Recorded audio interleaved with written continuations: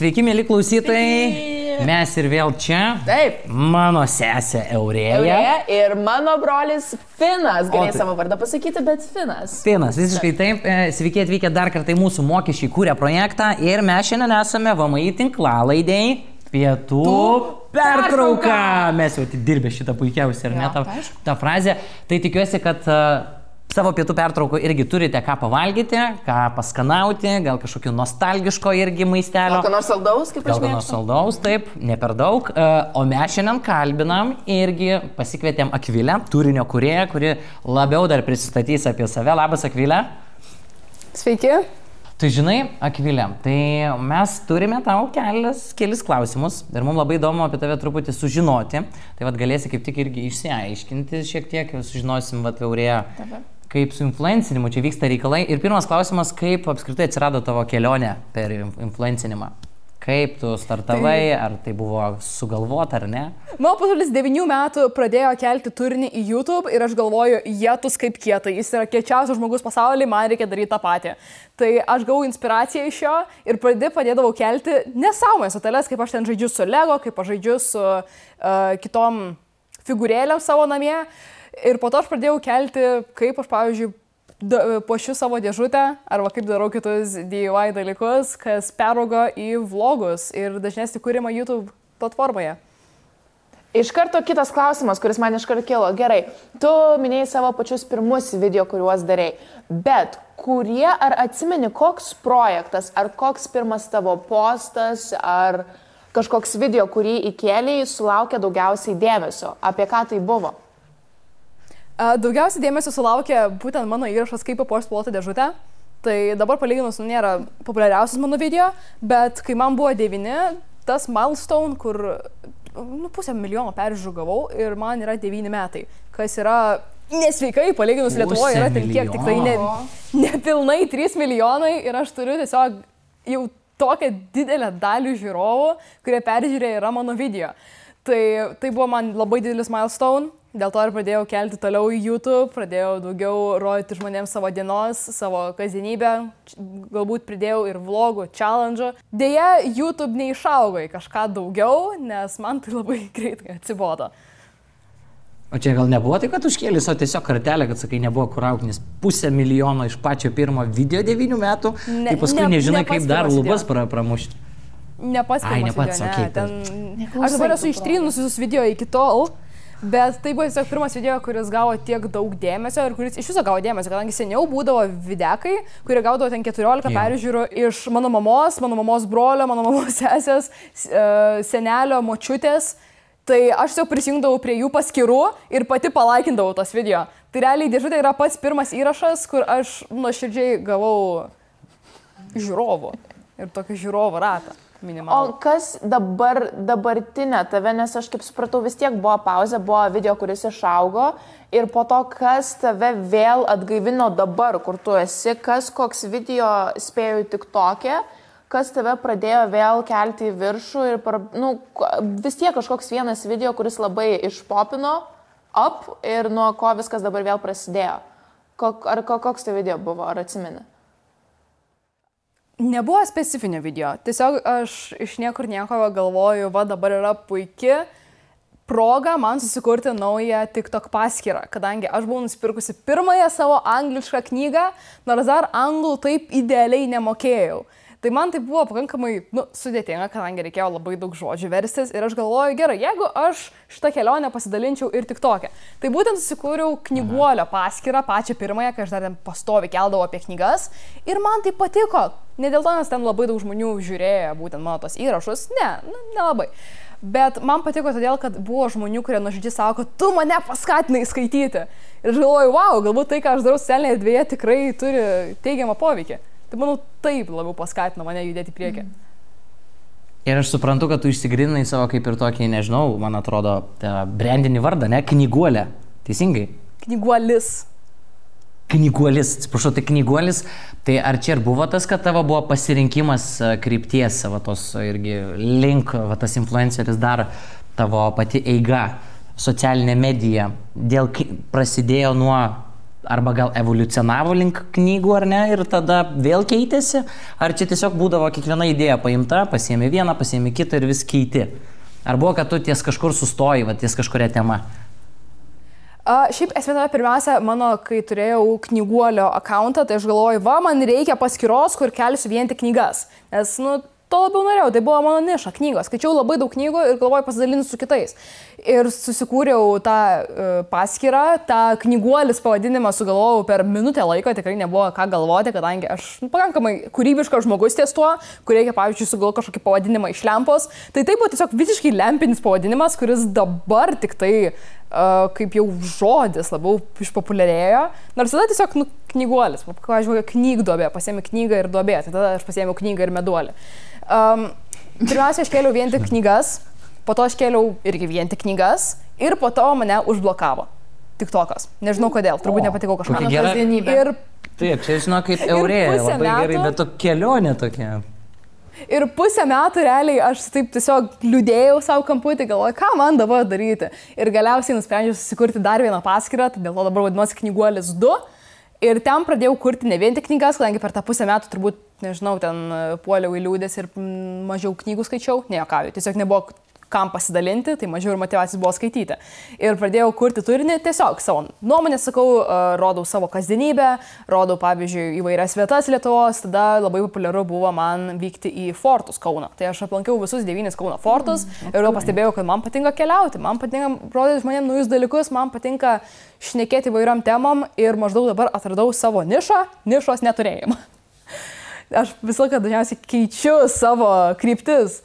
Kalbant ir apie tavo nišos atradimą, tu jau, kaip suprantu, ir save skaitai influencerį ir mes visi tave skaitome influencerę.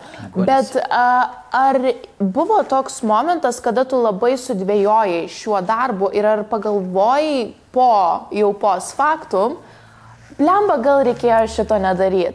Ir ar buvo kažkokios baimės tapti influencerę ir jeigu jos buvo, kaip tu tai įveiki? Ar buvo kažkokių abejonių? Manau, kad galima suformuoti taip, kad influencerės karjera nėra pasirenkama žmogaus. Tai turi pasirinkti tiesiog tave. Tau tai turi patikti, tu turi perprasti auditoriją, tu turi perprasti algoritmą, kitaip to bus tai labai sunku ir galų gale demotyvuos. Tai nebuvo taip, kad aš tiesiog iš niekur negalvoju, aš tapsiu influencerė. Ne, aš tiesiog buvau žmogus, kuris keldavo vlogus į YouTube, po to buvau žmogus, kuris keldavo vlogus į TikToką ir tik po to ta etiketė man užlipo, kad va jau influenceris. Tai aš manau, tik tai nuo tam tikros ribos tampi influenceriu. Nėra tik, kad tu tiesiog pradedi kelti ir jau iš karto turi tą etiketę. Manau, ne, tu esi tiesiog taip mėgėjas. Tada, kai pradedi tai daryti profesionaliai, tu gali jau vadintis kažkuo kitu. Aš, kai man pasako, kad aš esu influencerė, visi taip, oi, aš čia tipo, jis rimtai, tai man kažkaip dar taip sunkiai limpa, bet aš... Nežinau, aš nieko prieš, man dzinvalio, dažniausiai ne tik sako, kad va influencerė, o knyguolis. Tai man ta etiketė, žinokit, tikrai labai tinka. O tavo, papasakok apie pirmą bendradarbiavimą su prekės ženklu. Kas tave pasirinko arba... Čia man jau įdomu. Ar kam tu parašei ir jūs užmesgėt bendradarbiavimą? Partnerystę. Aš nerašiau niekam. Pirmiausia, kai dar turėjau pagrindinį knyguolio akauntą, pagrindinę apie knyguolio paskyrą, mane pradėjo followinti knygos.lt. O jie nefollowino nieko, tik tai vieną tokį kažkokį brandą, kuris ten turėjo 300 followerių. Tai jie nefollowino nieko. Ir aš buvau tas žmogus, kurį pradėjo sekti šitas prekės ženklas. Ir buvau išskirtinė.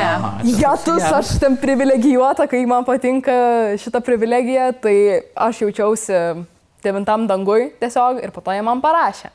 Tai mes bendradarbiavom barteriu, bet man tai vis tiek be galo patiko, kadangi tuomet aš turėjau apie ten 6000 sekėjų, kuriuos labai mylėjau, tikrai, o jie vis dar myliu, aš tikiu, kad yra labai daug sekėjų iš Knyguolis 2, tai jeigu jūs rimtai mane sekate nuo pat tų pirmų žingsnių, atiduodu visą širdį. Ir mes bendradarbiavom barteriu. Mes irgi. Aš gaudavau... Mes irgi, žinok, tu pertraukai tą patvirtinam. Labai malonu. Ir gaudavau knygas, reikėdavo jas pareklamuoti, reikėjo kelti kelis įrašus, bet aš tuomet išleisdavau labai daug pinigų knygoms. Žinoma, esu knyguolis, per metus perskaitau 50 knygų ir mano lentynose jau net nebetelpa jas. Tai kai gaudavau nemokamai jas, čia praktiškai kaip milijoną laimėti. Tai jau tiek esi susidūrus su pajamom, su bendradarbiavimu, su tam tikrais prekiniais ženklais, kurios vieną esi irgi išskyrus. Ar tau pačiai yra, vat, žinoma jau kaip su mokesčiais elgtis, vis tiek dabar pati sakai ir mokaisi, ar jau gavai kažkokią bazę informacijos, kaip reikia su tais mokesčiais gyventi ir aplamai, ar čia mitas ar tiesa, kad influenceriai sako, jie daug uždirba, jiems ten nieko mokėti nereikia ir fainai gyvena. Va. Įrašo, ten paprašo kažko. Per daug gerai skamba. Per daug gerai skamba. Tai vat, pasakyk, ar tiesa ar melas? Jo, pagrįš šitą. Tai tikrai melas, kadangi aš vis dar nežinau, kaip susidėlioti su mokesčiais, aš išrašau sąskaitą ir pagalvoju, nu gerai, kur ta sąskaita nueina, jau nebe mano reikalas, nežinau, kur ji nueina, leisiu jai plaukti tą vagą. Dabar man reikia kaip tik susideklaruoti pajamas, kadangi ten iki gegužės mėnesio turbūt tą reikia padaryti. Ir aš vis tiek galvoju. Gegužės 2 ir susimokėti jau reikia. Tai ir... Taip, ir aš nežinau, kaip tai padaryti. Tai aš tempiu iki paskutinės minutės, kad aš nebeturėčiau laiko galvoti, gal ne, gal dar biškį palauksiu, galbūt kažkas kitas už mane padarys. Tai yra sunku suprasti, bet buvimas būtent influencerio, jeigu galima tai pavadinti, tai tikrai man atvėrė akis į tą visą mokesčių pasaulį. Tai dabar daugiau suprantu, kaip ir kada reikia mokėti mokesčius ir aš suprantu, kiek realiai daug tavo pajamų atima tas dalykas, kas man buvo keista, tas kaip aš pirmą kartą gavau telefoną ir supratau, kad reikia mokėti dar už sąskaitą telefono, o neužtenka, kad aš telefoną nusipirkau už savo pinigus, dar reikia ir kas mėnesį mokėti. Dėja, taip. Dėja, tai va, toks pasaulis ir aš tiesiog supratau, kad pasaulis taip veikia ir aš manau, kad tai buvo vien tik pliusai, kadangi vis tiek anksčiau ir vėliau tą man būtų reikėję sužinoti. Tai ar dar 100% jau viską žinau apie mokesčius? Tikrai ne, yra kur tobulėti, tačiau suprantu, kaip, kas, kodėl ir kad tie pinigai, kuriuos tu skiri mokesčiams, yra panaudojami valstybei, yra panaudojami tam, kad tau nereikėtų mokėti belekiek už tai, kad tave nuvežtų su greitaja, jeigu tau kažkas ištinka blogo, arba kad laiku ateitų pas tave ugniagesiai arba policija. Tai taip, čia toks... Jeigu ką kreipkis į mane, žinok, aš sesę Aurėją visada mokau. Bet aš jau išmokau ir aš dar geriau moku, tai prašau rašyti man. Ne, kad tu dar neatsimeni su mokesčiais, bet šiaip Akvilė tai tikrai. Dabar, kai deklaruoji, sakai pajamas, mokesčius, žinai, tai nepamiršk, VMI irgi puslapį iš tikrųjų yra labai aiškiai. Ir YouTube, kaip deklaruoti, yra stebai. Žymiai aiškiau negu mano brolis paaiškinta. Tai tiesiog aš nesiūlau juo pasiremti informaciją, geriau tiesiog pasirinkti. Tai galėsi irgi pasižiūrėti tikrai, nes pirmus kartus ir man buvo beprotiškai sudėtinga, bet ten viskas sainti yra. Žingsnis po žingsnio, kaip tau juos deklaruoti, ką daryti, jeigu kažkas ten neišeina. Viskas YouTube'ai paaiškinta, gali ir paskambinti tikrai. Ir Sodrai, ir VMI, ir paklausinėti klausimų, jeigu tau kils klausimų, nes jie tikrai atsako ir ten jie gali tau labai paprastai paaiškinti, net kartais, kai nesupranti apie ką ten, kas, už ką ir kodėl aš šitą turiu daryti. Tai va, tai smagu, kad esi susipažinus ir labai faina, kad jau irgi keliauji tom patutam, jo. Tu minėjai apie reklamų filmavimą patį.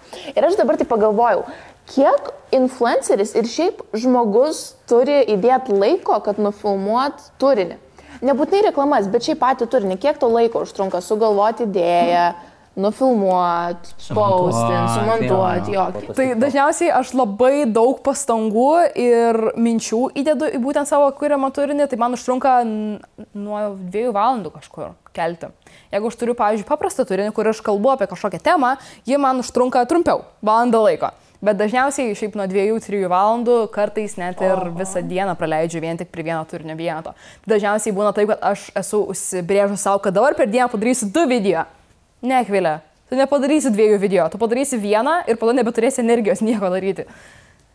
Tai šiaip jo, daug užtrunka. Bet tai yra verta, man patinka toks planelis. Ok, tai toks 3 valandos, tai va, žinai, ne tai kaip tu 20 minučių kuri, tai va truputėlį, aš labai džiaugiuosi, Akvilė, žinau, kad tu bendrauji, nes truputėlį, va, ir sesiai bus pamokų, kaip reiktų kokybiškai, žinai, žiūrėti savo darbą. Per 20 minučių galima padaryti kokybišką turinį, viskas yra gerai su to.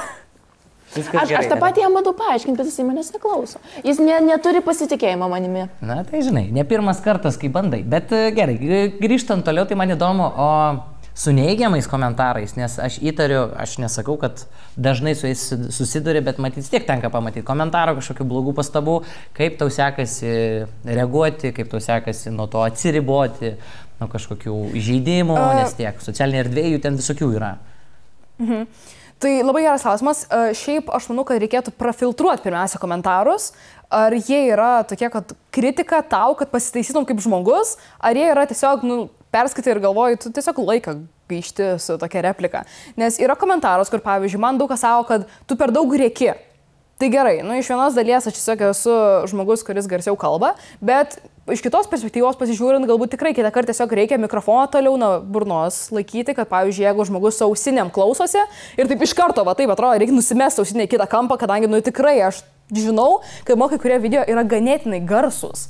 Tai tiesiog vieną neigiamą komentarą tokį atsižvelgia ir galvoju, kitą kartą aš pasitaisysiu, o kitas komentarus, kur ten, pavyzdžiui, kodėl tu nesusirandi darbo? Pirmas dalykas, tai, dar aš mokykloje, bet yra tokių komentarų. Ar ten, baigti ten kurti turinį, keli nesąmonės, ten, arba kaip seniau keldavau, kai man būdavo ten 9 metai keldavau YouTube, tai būdavo labai daug mažuikė, pamaiva.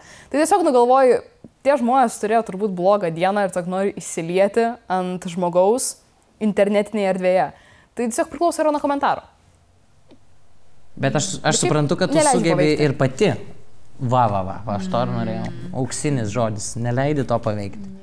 Bet mes ir pakalbėjom apie tą kitą pusę, ką gauna influenceriai atgal, bet dabar pasižiūrė iš influencerio pusės, kaip tu manai, ar didėjantis influencerių skaičius gali būti konkurencija tarp influencerių ir tu tuo tikė?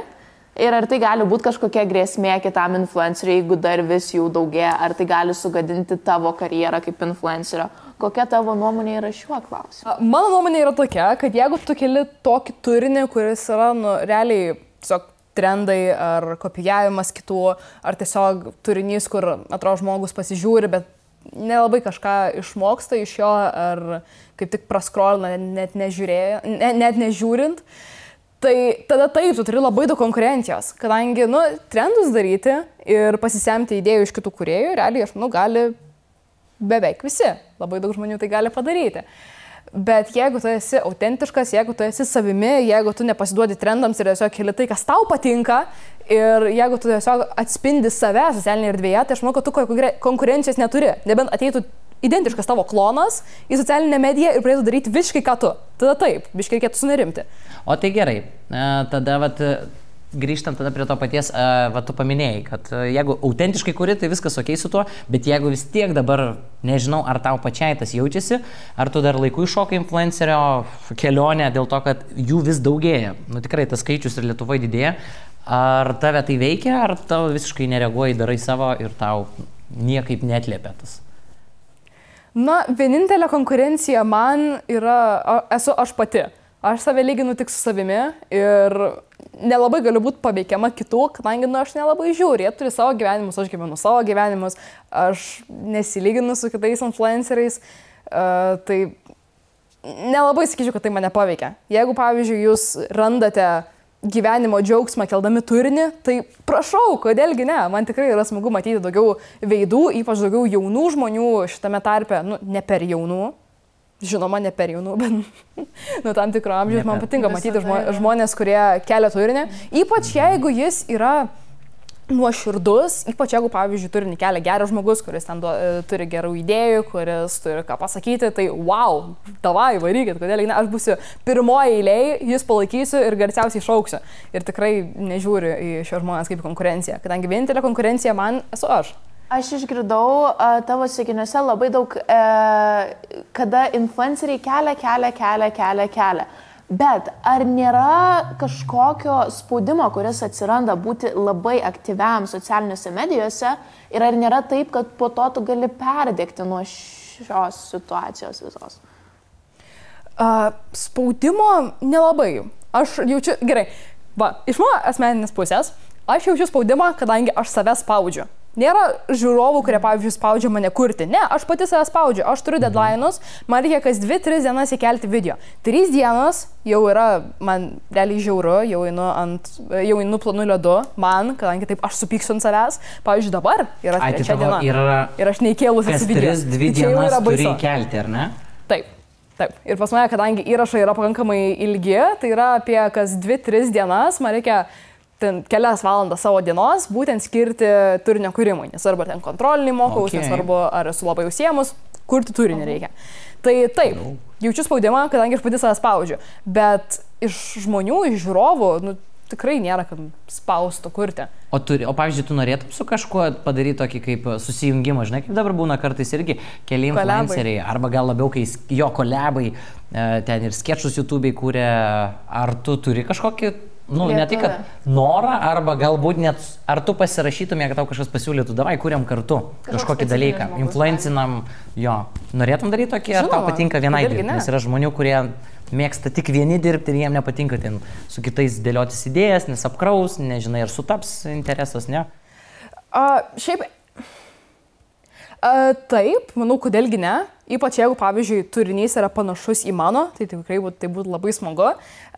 Plus, net jeigu turinys skirtusi, tai aš manau, būtų galima padaryti, pavyzdžiui, labiau kito influencerio stiliaus įrašą jo kanalui ir labiau mano stiliaus įrašą mano kanalui ir taip vis tiek yra gerai abiejom pusėm. Tai aš manau, tikrai būtų galima padaryti kompromisą ir tai tikrai būtų labai labai smagu. Dar vieną man įdomu, ar tu atskiri savo socialinę mediją nuo savo asmeninio gyvenimo, o dabar tu kuri, tai tu sakai, kas 3 dienas kuri, būtinai turi tiksliau įkelti, nekuri. Turi rasti tam laiko, jau žinai tokį savo deadline'ą. Sugebė atsiriboti pati nuo socialinės tada erdvės, yra laiko tam, ar nelabai? Kas kelias, pavyzdžiui, jeigu aš vieną dieną įkeliu video, tai kitą dieną aš būsiu atsipalaidavusi, kadangi jau žinau, kad vakar įkeliau video, viskas gerai, šiandien galiu atsipalaiduoti, bet kad 100% atsiribojus, tai niekada nebūna, kas yra blogai, kadangi aš nelabai jaučiu to darbo ir laisvalaikio, kaip man pas mes svarstyklėse visą laiką labai juda, nėra stabilumo. Tai su šitu reikėtų dirbti šiek tiek, dar kol kas nedirbu, tal kas kenčia, tai tikrai mano laisvalaikis, kadangi atrodo, aš kad ir būčiau, pavyzdžiui, Palangoj, pajūry, tiesiog atsipalaidavusi ir vis tiek galvočiau, bet kažką nufilmuoti visai fainiai būtų. Jeigu ne TikTokui, bet tikrai istorijui. Galvoju, visai gal nufilmuoti kažką reikėtų, va čia gal kontento iš ten galėčiau ten pasiremti. Tai taip, negaliu 100% atsiriboti, bet taip. Pabaigai dar paskutinį klausimą aš turiu ir manau, ir mano brolis Finas tą patį klausimą turi. Ką tu norėtum palinkėti jaunai kartai, kuri žiūri šią mūsų laidą, ypač tiems, kurie nori pradėti kurti socialinėse medijose savo turinį? Tai svarbiausias dalykas, ką aš norėčiau palinkėti, tai yra visiems neapsikrauk. Tai labai toks... Žmonės dažniausiai nesiekia savo svajonių, kadangi yra slegiami tokios gėdos jausmo, kad ką kiti pamanys. Nieko kiti nepamanys. Čia galėtų būti laida tokia, ne? Visiems dzin. Aš matau laidos potencialą. Man irgi taip atrodo. Visiems dzin, žinai? Visiems dzin, tiesiog... Tai yra mano gyvenimo moto, kadangi nuoširdžiai yra visiems dzin, ką tu darai, kadangi visi gyvename savo burbuluose ir visiems mums rūpi tai, ką mes darome. Pavyzdžiui, mes galime eiti ir pamatyti žmogų, kuris yra su telefonu, va tai filmuojasi, eidamas gatvėje ir galvoju, keičia ir viskas. Ir pamiršti. Taip, ir tu pamiršti po tą žmogų. Tai tipo, jausti gėdos jausmų, kad tipo, gal aš tyliau kalbėsiu, gal čia taip nepatogiai atrodo, ką kiti pamanys. Nieko nepamanys. Vieną kartą aš filmavau autobuse visiškai pilname žmonių ir gavau tiek daug tokių žvilgsnių iš močiučių, kad ant rankų suskaičiuoti negaliu. Bet vis tiek, ko skirimas, jos pamirš. Viskas gerai, visi pamirš. Galų gale mes visi esame tikrai susikoncentravę tik tai į save. Wow, tai važiuok. Šiandienos, man atrodo, mūsų pietų pertrauka bus ta frazė. Visiems pasimiršo, ne, visiems dzin, tai iš tikrųjų niekas iš tikrųjų į tave kažkaip nereaguoja, tu pats turi daryti, kurti ir negalvoti, ką čia kiti pagalvos. Jeigu kursi, tai ir pavyks. Va šiaip, taip, faktas. Va šiaip, dar dalykas, gal norėčiau pridėti per to visą, kad visiems dzin, kad tipo, jeigu į tave reaguotų taip, kaip tu manai, realiai, kad va visi į mane žiūrės, visi mane teis, tai... Tapti žinomu pasaulyje būtų taip lengva, kaip man spriktel pirštais. Įsivaizduokit, ateinat ir rimtai visiems labai rūpi, ką jūs darot, visi žiūri, ką tu darai. Tai čia jau praktiškai visi galime būti žvaigždės. Tai būtent čia yra įrodymas, kad visiems yra dzin ir reikia neapsikrauti gyvenime. Wow, tai ką, ačiū tau labai, Akvilė. Ačiū. Tai su mumis dar kartą buvo Akvilė Knyguolis. Tai mano brolis Finas dar buvo su manim. Mano sesė Aurėja ir čia buvo pietų pertrauka. Tikiuosi, kad skaniai pavalgėte, skaniai pasiklausėte ir pasiėmėt kokią bandelę. Nu, aš dabar eisiu pasimti bandelę. Aš tai cinamoninę dabar šausiu. Bet tu nesuvalgy. Nesuvalgy, dar liko. Tai skanaus, iki ir susitiksime toliau. Gerai, iki, gražios dienos. Ačiū, Akvilė.